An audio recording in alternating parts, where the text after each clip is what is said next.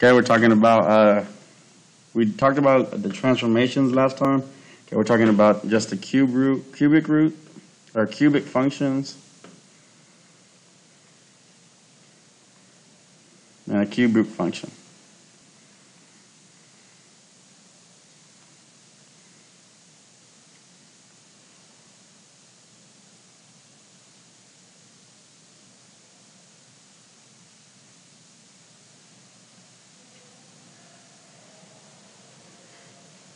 Okay.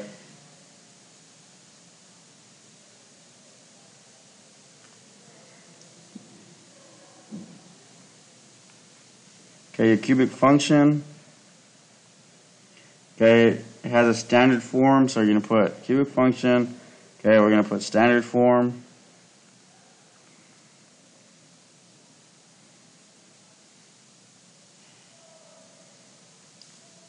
Just like this, f of x equals a of x cubed plus b of x squared plus c of x plus d.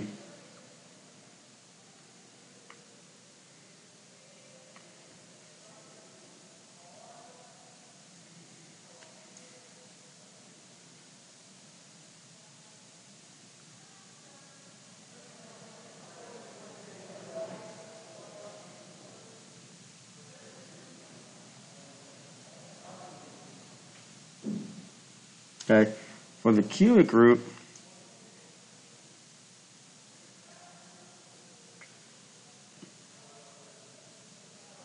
so we're just going to talk, we talked about the parent function in the last lesson, all right, so you should know what the parent function looks like, all right.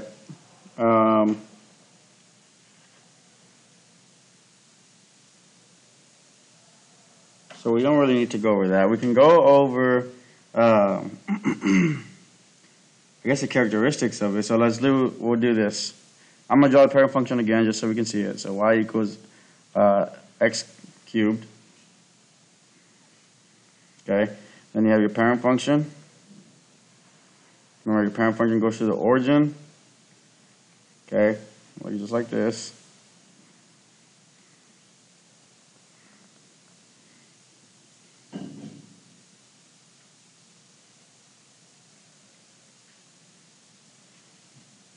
Okay. We're going to talk about the domain. We're going to talk about the range.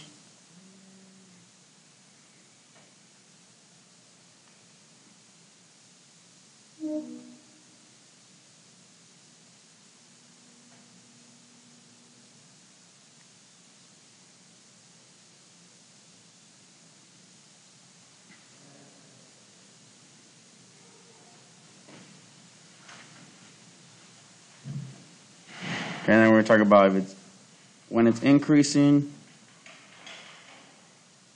when it's decreasing,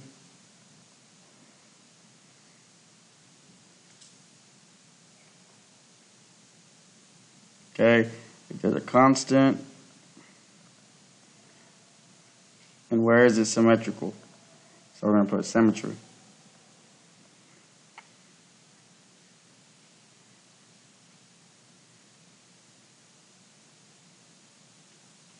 Okay. The domain, we talked about it last time. So remember, your domain is from left to right. Okay, is your x's, your x values from left to right. Right. So your x-axis from left to right, it's gonna keep going down. Okay. So it's from negative infinity, and it's gonna keep going up. Like it's gonna keep going right. Okay. So it's to infinity. Okay. With the range, the same thing, right? Range is the y-axis from bottom to top, okay? It's going to start at negative infinity, and it's going to keep increasing until infinity, positive infinity. So that's the domain and range.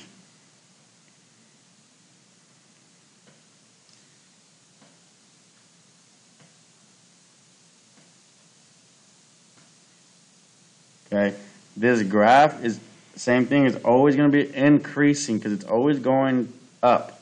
It's going up. Yes, it's going this way. The arrow is showing this way, but it's just showing you that it starts at a later number. okay? But it's always going to be increasing, all right? So it's increasing from negative infinity to infinity.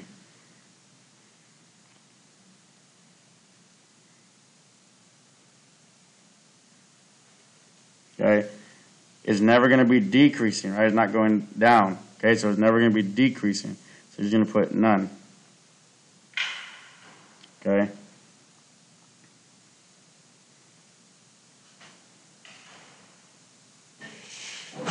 For the constant, there is no constant, okay? It's not consistently just going one way like a slope or a line, a linear equation. It's just going like one line. That's a constant. There's no constant, so it's none.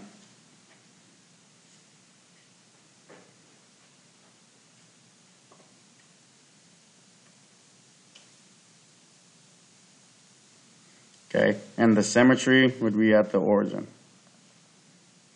Okay, at the origin.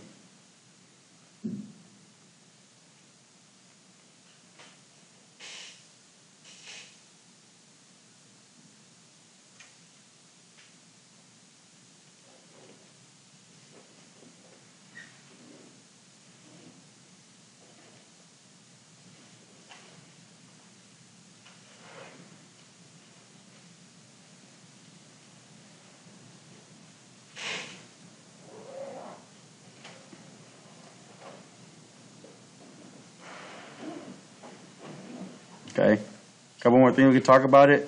All right, you have your x-intercept and your y-intercept. And you have something called end behavior. The end behavior. Okay, remember your x and your y-intercept is where, so for the x-intercept, it's where it crosses the x-axis. Well, it crosses it at 0, 0. So your x-intercept is just 0, 0. For the y-intercept, is where it crosses the y-axis. Well, it crosses at 0, 0. So it is at 0, 0. Okay. Now your end behavior, that's just talking about almost kind of like the domain and range, okay? So it'd be as x goes to infinity, as x goes to infinity,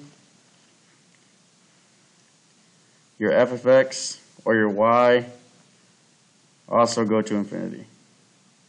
So all that's saying is as x is going to infinity on the graph, so it's going to infinity, your y is also going to infinity. Just talking about the graph, okay? And then you got to do the other part of the graph. As x goes to negative infinity, right, which means it's going to the left, as it's going to negative infinity, f of x or y is also going to negative infinity.